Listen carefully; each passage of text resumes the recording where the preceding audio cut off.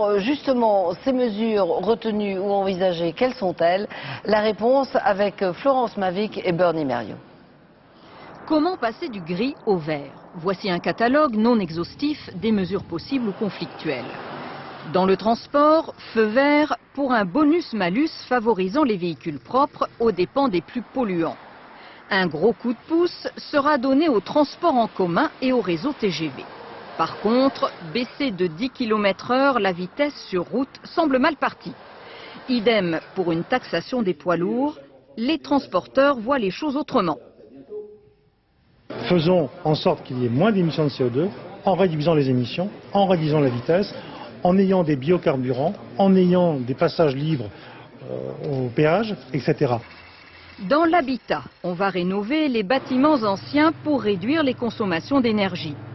Les constructions neuves devront être conçues pour produire plus d'énergie qu'elles n'en utilisent.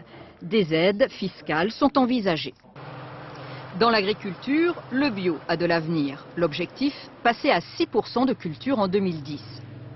Mais c'est un vrai bras de fer entre le monde agricole et les écologistes lorsque l'on aborde les OGM et la réduction des pesticides.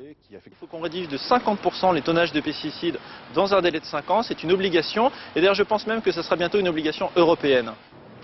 Pour l'énergie, on devrait booster les sources renouvelables de 9 à 20% d'ici à 2020.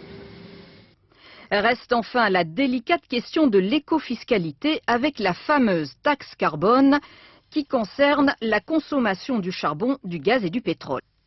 Il n'est pas pensable qu'on ne donne pas, à l'issue du Grenelle, enfin un prix au carbone. 38% de notre fiscalité, elle induit à économiser de la main-d'œuvre, alors qu'elle devrait nous induire à économiser de l'énergie et des émissions de CO2. Le patronat est farouchement opposé à cette idée.